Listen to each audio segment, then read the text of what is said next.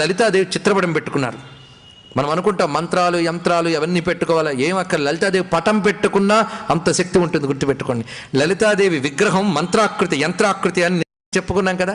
మీరు చూసే స్థూలాకృతిలోనే మిగిలిన 3 ఆకృతులు ఉన్నాయని చెప్పడం ఉద్దేశం ఇది. ఆ ఆకృతిలోనే అంతున్నది.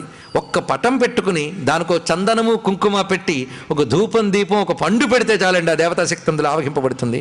మానవుడి భావనకున్న శక్తి అంతా ఇంత కాదు.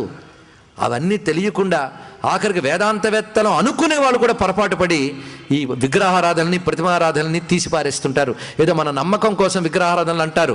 నమ్మకం కాదు, శక్తి అక్కడ ఉంది. నువ్వు నమ్మినా నమ్మకపోయినా నమస్కారం చేస్తే శక్తి అనుగ్రహిస్తుంది అక్కడ. అందుకే హిందువుల ఆలయాలు కానీ హిందువుల విగ్రహాలు కానీ విశ్వాస కేంద్రాలు కావు, సత్య కేంద్రాలు. అవన్నీ గుర్తుపెట్టుకోండి. మన నమ్మకంతో పని లేదు, అక్కడ శక్తి ఉంది. నువ్వు నమస్కరిస్తే అనుగ్రహిస్తుంది.